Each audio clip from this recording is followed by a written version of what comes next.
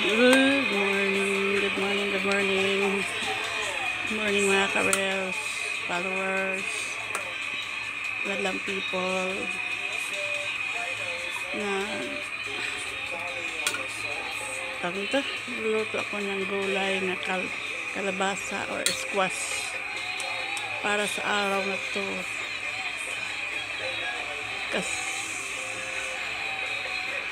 Para naman maiba, gulay-gulay na naman kami. Partira naman ng bulad.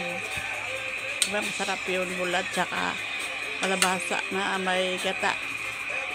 Ito muna, luluto muna sa gatang lapsaw or yung pangalawang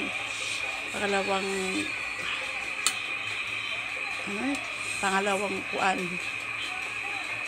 gata. Tapos ito yung pinaka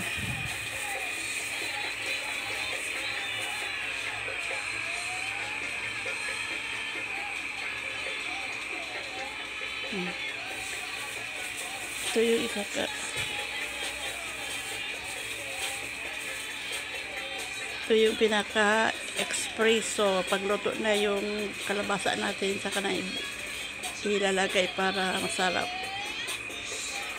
Pero itong ginisa ko na yung mga ingredients niya, bawang, sibuyas.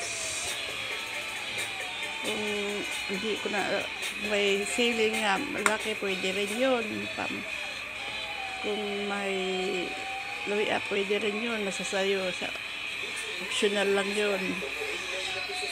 So tutuloy mo natin sa first gata. Balikan na lang natin. Ito na guys. Ito na yung finished kalabasa vegetable with coconut. Yummy guys. Ito yung ulam namin ngayong tanghali sa araw na to na Wednesday. Partira namin ng kuan guys, bulad nga bulad, hindi ito yung bulad, yung malapad nga bulad. Ano ba yun? Yung danggit at saka dalawang klase danggit. Wala na kasi yung pisog nga bulad out of stock. Kuan na lang danggit. Masarap na yung danggit nga bulad, partner nito, at saka iliw nga bulad guys. Yun order namin kasi para naman maiba, kasi kakasawa din naman yung baboy, manok, para bulad naman kami. Bulad paminsan-minsan with kalabasa, with coconut milk or kalabasa na hinatukan sa waray-waray, Cebuano, kalabasa nga may kata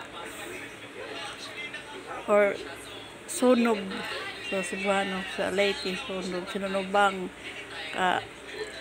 kalabasa or kubasa, sa English squash. Bye-bye guys, kain na tayo. Thanks for watching, follow, view. Thanks sa mga nagbigay ng star. Salamat sa inyo. God bless you all. Kain tayo.